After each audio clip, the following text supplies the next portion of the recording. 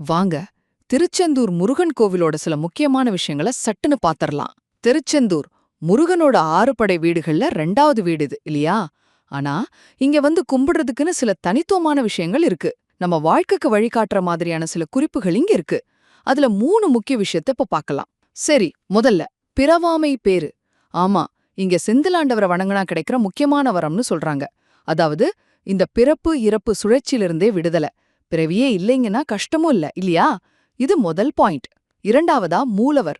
அவர பூஜாமூர்த்தின்னு சொல்றாங்க. ஏன் அப்படி? சூரனை வதம் செஞ்சுட்டு முருகன் இங்க சிவபூஜை பண்ணிட்டு இருந்தப்போ தேவர்கள் கூப்பிடவும் கையில இருந்த பூவோடயே திரும்பி பார்த்தாராம்.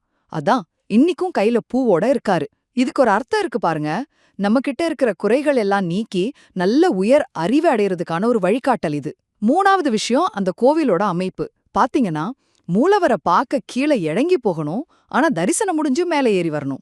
இது என்ன சொல்லுதுன்னா, வாழ்க்கையில நம்ம எவ்ளோ கீழே இருந்தாலும் சரி, திருச்செந்தூர் முருகனை தரிசிச்சுட்டா வாழ்க்கை மேல ஏறி வரும் ஒரு ஏறுமுகம்தான் அப்படிங்கிற ஒரு நம்பிக்கை. அதனாலதான் அவருக்கு ஜெயந்திநாதர், அதாவது வெற்றிய தர்றவர்னு பேரு. ஆக சுருக்கமா சொன்னா, திருச்செந்தூர் முருகன் நமக்கு பிறவாவரம், ஞானம், வாழ்க்கையில ஏற்றம், வெற்றின்னு எல்லாத்தையும் அள்ளித் தர்றவரா இருக்காரு.